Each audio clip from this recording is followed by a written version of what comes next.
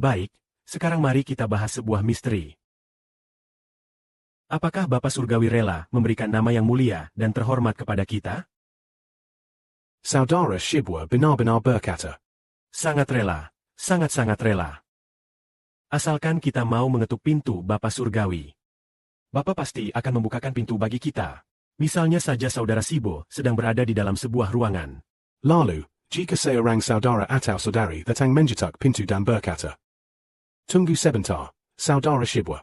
Apakah kamu di dalam? Tolong bukakan pintunya. Saudara Shibwa mungkin sedang sibuk dan berkata, Kita tidak buka pintu dulu sekarang. Tunggu dulu, Saudara Shibwa. Apakah kamu di dalam?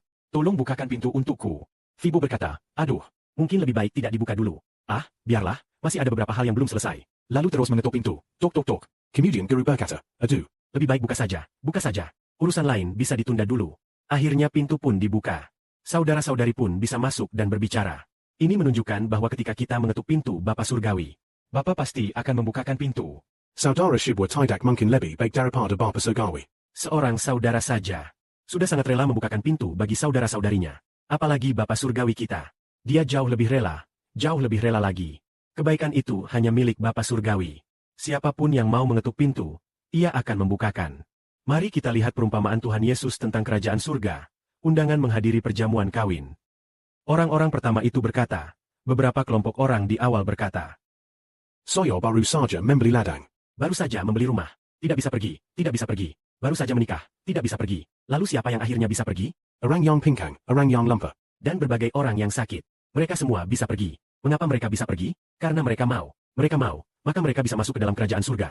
Karena mereka mau, sangat ingin masuk, maka mereka pun mendapatkannya. Mereka hanyalah orang biasa. Namun cukup dengan hati yang mau, mereka pun mendapatkannya. Apalagi kita yang bersungguh-sungguh mengetuk pintu. Bukan hanya memperoleh kerajaan surga, tetapi juga memperoleh bagian yang mulia dan terhormat di dalam kerajaan surga. Apakah Bapa rela? 100% rela. Asalkan kita memiliki hati yang mau mengetuk pintu, dan juga rela meninggalkan rumah, tanah, istri, anak-anak, dengan hati seperti ini, kita akan mendapatkannya. Kita tahu bahwa saudara Sibo rela melepaskan segalanya, bahkan nyawanya pun rela diberikan. Lalu bagaimana dengan beberapa saudara dan saudari di antara kita? Mereka juga memiliki tekad seperti ini. Maka kita lihat, apakah saudara-saudari yang rela meninggalkan segalanya, juga memperoleh kemuliaan dan kehormatan? Pasti akan memperolehnya, karena Bapa kita itu baik. Ia pasti akan memberikannya kepada kita. Tuhan pun berkata demikian. Jangan takut, hai kawanan Kessel. Karena kamu harus menjual rumah dan tanahmu. Bagikan hartamu kepada orang miskin. Janganlah mengumpulkan harta di bumi.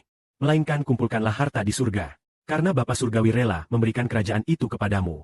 Artinya, Bapa Surgawi sangat rela memberikan kerajaan itu kepadamu. Seberapa besar keralaan Bapa Surgawi?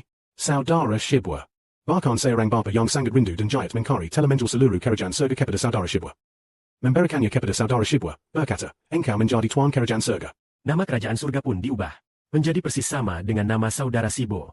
Dan lagi, seluruh umat manusia, semua penduduk bumi yang baru, orang-orang surgawi memberi. Saudara-saudari melihat betapa gigihnya Saudara Sibo. Namun dibandingkan dengan orang-orang yang bekerja keras demi uang, belum tentu dia lebih keras daripada mereka. Saudara Sibo memang sudah berusaha, tetapi baru sedikit saja usahanya, sudah mendapat berkat yang begitu besar. Kalau saudara bersiap berusaha sekuat tenaga, apakah akan menerima kemuliaan dan kehormatan? Pasti akan menerimanya. 100% pasti menerima. Maka kita harus mengerti. Jangan berkata, aduh, mungkin Tuhan tidak mau memberi kepada kita. Jadi lebih baik kita tidak meminta lagi. Jangan malu-malu seperti ini. Kita harus belajar dari Yakub. Kita orang Tionghoa kadang terlalu menjaga gengsi. Malu untuk meminta. Orang yang menang seperti Yakub, Israel, justru berani bersikeras dengan gigih. Tadi saudari Zhao Wen bilang, saudara Sibo sangat berani bersikeras. Saudari Zhao Wen, apakah kamu yang lebih berani bersikeras? Atau saudara Sibo yang lebih berani bersikeras? Saudara yang lebih berani. Ya, saudara yang lebih hebat. Kalau begitu, tadi kenapa kamu bilang saudari Zhang Hun lebih berani bersikeras? Berani bersikeras, artinya berusaha sekuat tenaga meminta kepada Tuhan.